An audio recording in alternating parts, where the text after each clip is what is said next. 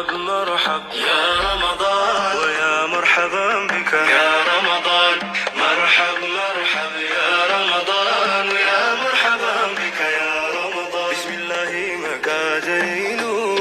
يقالي لا فهمتي خجيلو الحمد لله رحماني ننقهبات رمضاني رحمة ساوى بك ودي يركو كان كوفي ساوى ددي لا فهمتي أرجو ما يسارا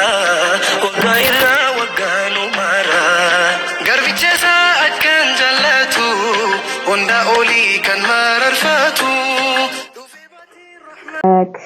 رمضان مبارك وربنا كان برهدو ndike sanu baga رمضان الإسنجي بقى وجمان نونجي سنجرا وردفتك هي هندي كيسانو جتشودا بكم جرتلتي بقى جاء كبجما جاء زالتهما كان ربين إتي نوجي سنجرا هندي كيسانو جتشودا السلام عليكم ورحمة الله وبركاته جرجرتو وردفتك هي زالتهما في كبجما كم جرتم فيا كيساني على مني سانا كيسان نجاي سنجرا وروني بيالا جرتنيس وروني بيكيس جرتنيس أجا هندي كيسانو بكم جرتلتي رمضان مبارك سنجرا تنجرا إيجا دوغا دبچو فاد guyyaa arfaffaadha Ramadaan deebii jalqabee garuu mootu addiqoota akka biji ta'e garuu jechuun bakka as bahee baga rabbiin ittiin isin geessin jechuun waan hin dura dhabeef baay'ee akka keessi kiyya bakka waatu qirna jedha jechuudha hordoftoota kiyya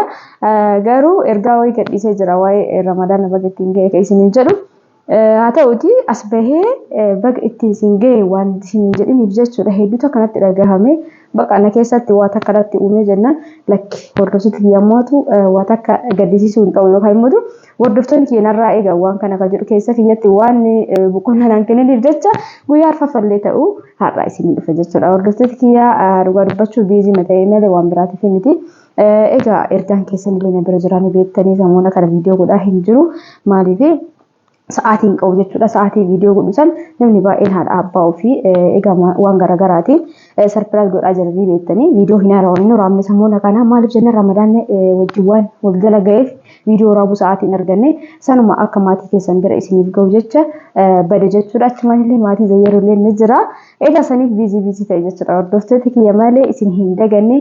baga rabbii Ramadaan baranaatiin nu gahe warra baranaa kan bara hedduu isin jira hordoftoota kiyya hundi keessan bakuma jirtanitti baga ittiin isin gahe baga ittiin wajjumaanuun illee egaa Ramadaan kun kan jaalalaa kan milkii kan milkaa'inaa kan dhiifamaa nuuf haa ta'u hunda keessaniifuu jechuudha hordoftoota kiyya egaa ji'a kana keessa jiini kun waa hunda qaba ji'a kabajamaa ji'a jaalatamaa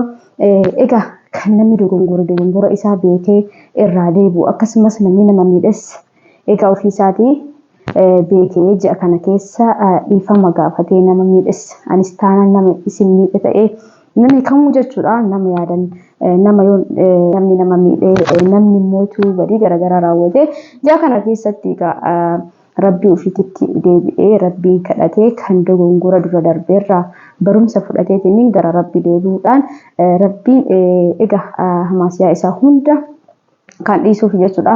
rabbiin akka namaatiin miti hundi keenyaayyuu balleessina hundi keenyaayyuu namaan nu ga'uu dandeenya hundi keenyaayyuu nama miidhuu dandeenya nama miidhuun karaa hedduudhaan ni beektanii kanaafuu jechuudha yaadaan miidhuu jiraatu danda'a afaaniin walitti bu'uun jiraatu danda'a yaadaan ta'uu danda'a karaalee garaagaraan hundaafuu ji'a kana keessa ji'a kabajamaa ji'a jaalatamaa ji'a dhiifamaa kana keessa hundi keessanuu bakkuma jirtanitti egaa nama walitti mufatta yoo jiraattan afoonaan illee asumaan isiniif jedha egaa karaalee garaagaraatiin yoo wanti aan gadhiisu illee isin mufachiise yoo yaadaan illee natti mufattan ta'e isinis jechuudha karaa garaagaraatiin namni walitti bu'uun ni mala. Hundi keessanuu jechuudha namni narraa dhiqqoo malee gara keessan keessatti qabdan afoonaa naan jedha hundi keessanuu ani immoo gara kiyyaa hundi keessanuu warri isin mufachiisuuf jiraatu dandeettanii warri isin nama mufachiistanis jiraatu dandeettanii gara kiyyaa afoonaa jedheetiin jira hundi keessanuu mootu ji'a kanatti nama fayyadamu nama jiini kun waa hedduu qaba waa hunda sanuu itti fayyadamnee waan nurraa eegamu dalagnee waan jiini kun qabu hundi isaatu akka argannu rabbirraa abdii guutuu qaba jechuudha hordoftoota kiyya egaa maal jechuudha egaa jiini kun mataa isaatiin hojii rahmataati kanaafuu wanti duraan balleessine akka barnoota irraa fudhannee dhugaa dubbachuuf gizee waa balleessinu ni jarjarraa garuu gizee waa tolchinu akka waa balleessaa sanii miti jechuudha. Keessi keenya natti ulfaata jechuudha waan balleessine sana mannee fudhatuuni. Garummootu ilaala ji'a kana keessatti wanni hundi isaatu rabbi diini kun ji'a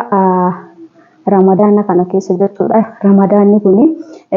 saamunaa waa maraati jedhamee hin jira. Kanaafuu wanta balleessine kamuu nutti ulfaatus ofii keenya waan balleessine taanaan rabbi keenyatti dhiyaannee namallee miine taanaan nama sanitti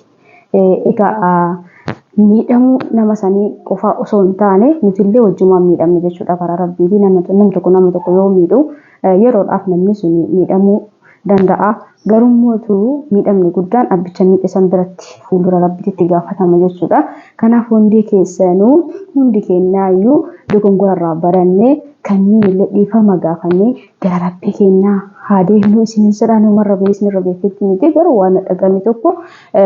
hiriyoota kiyyaa yoo qoodee uumaa wanti itti miidhamu hin jiru jechuudha. Waan dhagame jechuudha. Waan kana gara biraatti fudhatina isin jedhaa hordoftoota kiyyaa. Kanaaf hundi keessanuu egaa ji'a kana keessa ji'a keerii itti dalagannee ji'a mootu waan rabbiin kaa jaalatu hundatti dalagneetini waan rabbiin mootu ji'a kana keessa nama kamuu badhaasu akka badhaafamne isin jedhaa hordoftoota kiyyaa. Kanaaf hundi keessanuu namatti balleessitan nama mufachiistan yoo qabattan ifama godhaa fi ji'a dhiifamaatiif jaalatamaa ji'a kabajamaa kana ji'a guddaa keenya kana ramadaanni jechuun waa baay'eedha. Midhaan qofarraa soomuu osoo hin taane rabbi waa hunda nu waa laaffisu walumaa galatti wanti an jedhu kana sana osoo hin ta'in egaa waan rabbiin dalagaan hin jedhe ji'a kana keessa guutuu isaa dalagne nama waan rabbiin ji'a kana keessa nama waan guutuu kana dalage waan kana ni ta'a jedhe san hunda isaatu haa argannu isin hordoftoota kiyyaa gabaabseetumaani. Kanaafuu rabbiin nu waa qajeelchu rabbiin hunda keenyaa wallaahi nu waa qajeelchu maaliif nama rabbiin jalqaba qajeelchee uume namni jallisuu hin danda'u jechuudha. Taasuma abadan nama immoo rabbiin ganama jallisee uume namni qajeelchuu hin danda'u jechuudha. Maaliif namni akkasiisuni garuma rabbii isaa deebi'ee yoo du'aa garaa qulqulluudhaan kadhate kama ganama jallisan rabbiin guyyaa keessa qajeelchuu danda'a jechuudha. Maaliif godhee abbichi sun of beekee gara rabbii isaatti deebi'ee garaan afaan du'aa wallaahi du'aa waa hunda caalti waa hunda jechuudha. Wallahi wanti du'aayin hin taasifne hin jiru garuu maal barbaade du'aayin garaa qulqulluu barbaade jechuudha. Garaa qulqulluudhaan boottee rabbii kee wajjin kallattii maayyoo kontaaktii goote yookaan immoo walitti dhufeenya hundaatu dhiftee kan rabbii qofa garaa kee qulqulluudhaan yegguu du'aayii godhatte du'aayin teessuun wallahi yeroo sanii harkarratti haa ta'uu baattu malee abadan jechuudha. Kadhatte sanii olitti rabbiin siif taasisa. Kanaafuu waan nuti jabaate waan nu mudate hunda isaatiifuu rabbii keenya deebi'ee du'aa yogguu godhanne egaa miidhamaan gizee maraa jechuudha. Rabbii biraa miidhaa san dachaa waan isa gammachiisu rabbii biraa qaba jechuudha. Kanaafuu hundi keessanuu akka nama hin ilaalinatiin akka rabbii ilaalaa daraan afaan qulqullummaadhaan namni sun abbichi sun beekee isinitti balleessa jedhee isin gaafate taanaan garatti hin qabatina afoona illaa jedha abbichi sun. Dhugaa dubbachuuf waan tokko gaafa miidhamte haga dhugaa san bartutti dhiifama gootu beektee dhiifama gochuu dandeetta garuu garaa keessatti si hafa jechuudha. Kanaafuu namni tokko jechuudha dhiifama gizee namaa gootanii yookaan dhiifama gizee nama gaafattan dhugaa adda baastanii dhugaa san dubbattanii saniin booda dhugaa yeroo maraa ni qal'atti malee hin cittu gaafa dhugaa sun bahee namni dhiifama namaaf hin goone hin jiru jechuudha. Maaliif dhiifama rabbitu eeyyame waan ta'eef. Kanaafuu akka isin jedhaa hordoftoota kiyya egaa viidiyoo tana asinitti meetiin jira waanuma xiqqoo garaa kiyya qonna jedheef isiniif waraabe Ramadaan guyyaa faffaa ta'u hordoftoota kiyya maaliif Ramadaan osoo baga isiniin ga'in jedhin darbuu hin barbaanne jechuudha. Darbuufillee ta'e garuu keessa kiyyatti na dhagaame. Kanaafuu isin jedhaa hordoftoota kiyya jabaadhaa warri biyya namaa teettanii mana namaa dalagaa jirtanillee wallahi rabbi humna isin ta'u hunda keessanii jechuudha. Rabbii immoo waan isin yaadan walitti isin haa qabu rabbi isin haa gargaaru waan hojjetan keessa rabbi barakaa isin haa kaa'u nagaa haa hojjetan rabbi barakaa keessanii isin kaa'een gara maatii keessanii gara ijoollee keessanii rabbi nagaan isin haa galchu isin jedha hordoftoota kiyya warri biyya garaagaraa teettanii daawwatan hundi keessanii Ramadaan mubaarak isin jedheetiin jira. Egaa hundi keenya walumaa galatti waan rabbiin dalagaan hin jedhe dalagnee guutumatti jechuudha hundaan ulaaffisee salaanni as keessa ta'ee soommanni as keessa ta'ee gaammotu quraana qara'uun as keessa ta'ee khayrii dalaguun as keessa ta'ee waa hundumtuu walitti qabamee waan rabbiin dalagaa nuun jedhe kana kulli ija kana keessa dalagne waan rabbi mootu irra naannoo kennu hundi isaatu haa fudhannu isinisaa hordoftoota kiyya egaa kanumaatiin dhufee yoo natti tole mootu viidiyoo tokko isiniif waraabaa ramadaa kana keessa jechuudha hojilleen baa'atu isin immoo viidiyoo laala laayik sheer gochuu hin dagatina egaa namni isin mufachiisee jiraadhe yoo anillee isin mufachiise yoo isinillee nama mufachiistan haasawa keessatti ta'uun mala angara kiyya hunda keessaniifuu isinii dhiiseetiin jira afoon Allah isin jala isinillee wanti xiqqoo maqara isin jedhu jiraate wanta nuti dhulletti ta'uu danda'a viidiyoon gadhiisu irratti illee ta'uu danda'a wanti isinitti tolii yoo jiraate yookaan immoo viidiyoon gadhiisu yookaan wanta nuti jedhu tokko yoo qalbii isin cabsee xiqqoo miliyaanatti baddan ta'e hundi keessanuu afoon jala isin jala hordoftoota kiyya egaa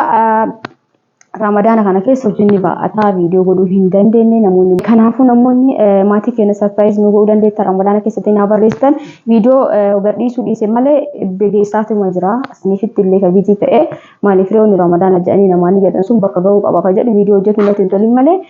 namaa geessutti jira jechuudha hordoftoota keessan namaaf bitii ta'e ammallee taanaan tariitii viidiyoo akka duraa san gadhiisuu dhabuu danda'a malee isiniifin geessa inshaallah haga rabbiin alaafiseen du'aa godha kanaafuu namoonni uffata haawwatii barbaadan uffata ijoollee keessan sarpiraayiz gochuu barbaadan meeshaalee barbaadan hundi keessanuu karaa waasaappiitiin heeloo jechuun dagatina kana yoo isin jedhu mootu egaa waliin dadhabsiisu jechuudha warri qophooftan qofti na dubbisaa warri mootu ofirratti ta'ee jettan inshaallah biroolumaan jira jecha kana yeroo baay'ee isin jedha amma ramadaana waan ta'eef wal dadhabsiisu ta'a jechuudha gizee miti qophooftan na dubbisaa ani mootu hin jira inshaallah yeroo kamuu isiniifin bisa jechuudha akkasiisinsaa hordoftoota kiyyaa viidiyoon isinitti dheerate hanga nama isiniin jechuuf dhufe egaa guyyaa gaarii isinii haa ta'u oolmaa bareeda isinii haa ta'u ramadaana kanallee rabbiin namni keessattuu ijoolleen mana namaa dalagdan wallahi rabbiin isinii alaafisu hunda kennaafuu nuuf alaafisu isiniin jecha viidiyoon kee kana fakkaata ture viidiyoo biraatiin inshaallah walitti deddeebina isin immoo hin badina viidiyoo kee laayik sheer gochuu hin dagatina egaa warroonni hanga ammaa na waliin turtan hundi keessanuu ulfaadha galatooma isin jaaladha isin kabaja guyyaa gaarii keessanaa oolaa isin jedha laayik gochuu hin dagatina bye bye